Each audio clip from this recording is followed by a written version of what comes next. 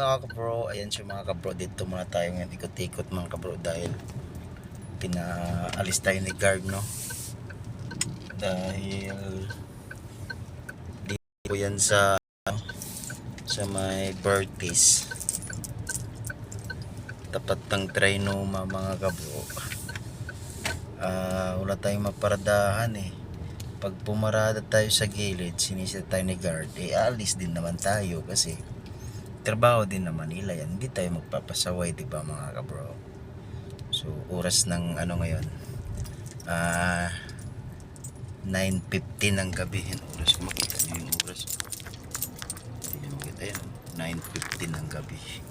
So dito na naman tayo mga kabro is magpaparada dahil na may nag-hazard. Pero sure ko na sisitahin ni guardian.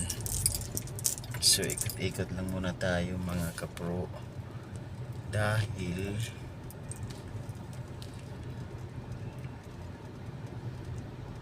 ayan, so dito tayo mga kapro. May parking naman mga kapro sila lim, kaso saglit lang kasi kami rito. Kaya naglakad-lakad lang kasi sila, kaya park muna tayo sa gilid. Pag sinita tayo, alis tayo kasi bawal naman talaga. So yun mga kapro, kung alam nyo to rito, Ninong, shout out pala kay Ninong, no? Ninong, dito ka maglapag Ninong sa ayan, Ayala Mall, Bertis North.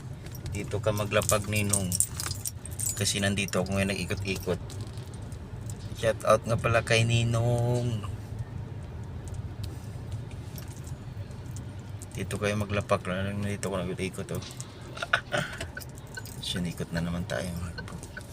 Yan, so nakita nyo mga kapro ang dilim. Diyan ako nagpaparada mga kapro. Yan, diyan ako nagpaparada. So sinita ako ni guard. Yan, so kasi maraming mga motor din dito, mga MC taxi.